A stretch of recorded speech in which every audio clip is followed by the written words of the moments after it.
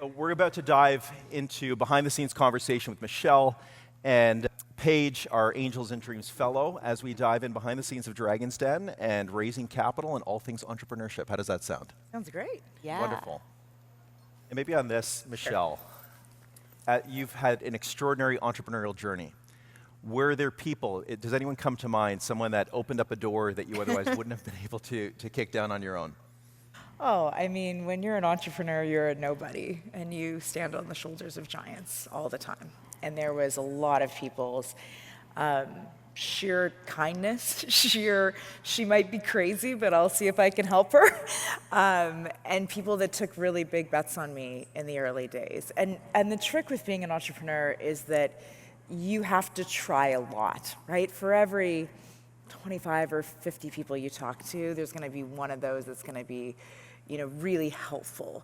But at the end of the day, when you think about like building a network, it's really about giving as much as you're getting. And I think this is why I always struggle with this concept of like mentorship. It's so strange to me. There's a really good chapter in Sheryl Sandberg's book where she talks about how people come up to her and they're like, will you be my mentor?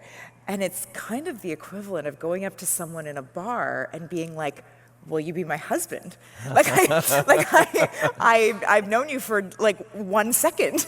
And so I think instead of thinking about, classic mentor relationships where one person does all the giving and one person does all the taking, great relationships are always symbiotic, right? Which means that if you think about someone and how you can help them, and even if you are early in your career and you feel like you have very little, you always have something. You always have a recommendation, and something to help their kids, something to help them personally.